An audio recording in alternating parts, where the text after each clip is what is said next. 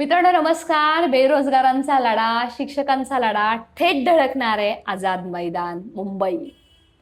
हो, आझाद मैदानमध्ये पुन्हा एकदा बेरोजगारांचा लढा येतोय. तो म्हणजे क्रीडा शिक्षकांचा. क्रीडा शिक्षकांची भरतीसाठी परमिशन मिळाली, त्यांच्यासाठी विशेष संवर्ग निर्माण करण्यात आला आणि त्यांच्या भरती संदर्भात अगदी मुख्यमंत्री असतील, उपमुख्यमंत्री असतील, शालेय शिक्षण मंत्री दादा भुसे यांनी वारंवार अर्थसंकल्पीय अधिवेशन असो किंवा नागपूर अधिवेशन असो, नेहमी त्यांनी यांची पदं भरली जातील याच्या संदर्भातली ग्वाही दिली. परंतु आता वास्तविक पाहता जी परिस्थिती आहे ती वेगळी दिसते आणि याच अंतर्गत ही पदं याच भरतीमधून पहिल्याच टप्प्यात भरली जावी याच्यासाठी क्रीडा शिक्षकांचा भव्य आंदोलन होतंय आझाद मैदानमध्ये.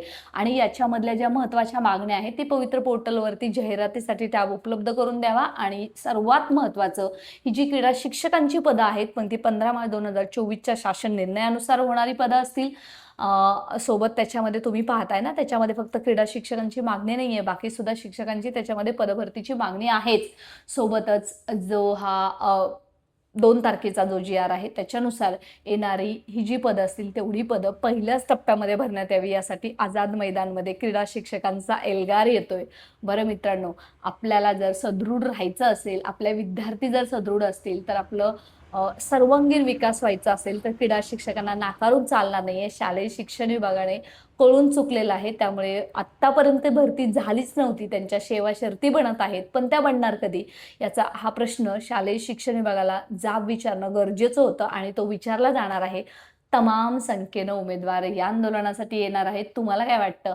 जरी तुम्ही क्रीडा शिक्षक नसाल ना मित्रांनो, आपल्या बांधवाला साथ द्यायला एक दिवस घर सोडायचंय, कारण हे आंदोलन सुरू होतंय 27 एप्रिल 2026ला सकाळी 10 वाजता आझाद मैदान. आणि हे बेमुदत आंदोलन असणार आहे. त्यामुळे जसं तुम्हाला शक्य होतंय तसं या आंदोलनाचे तुम्ही साक्षीदार व्हायचंय. आणि याचा फायदा फक्त क्रीडा शिक्षकांची पदं यायला होणार नाहीये, तर पोर्टल भरती संदर्भात महत्त्वाचे जे डिसिजन घेतले जाणार आहेत त्याच्या संदर्भात सुद्धा होणार आहेत.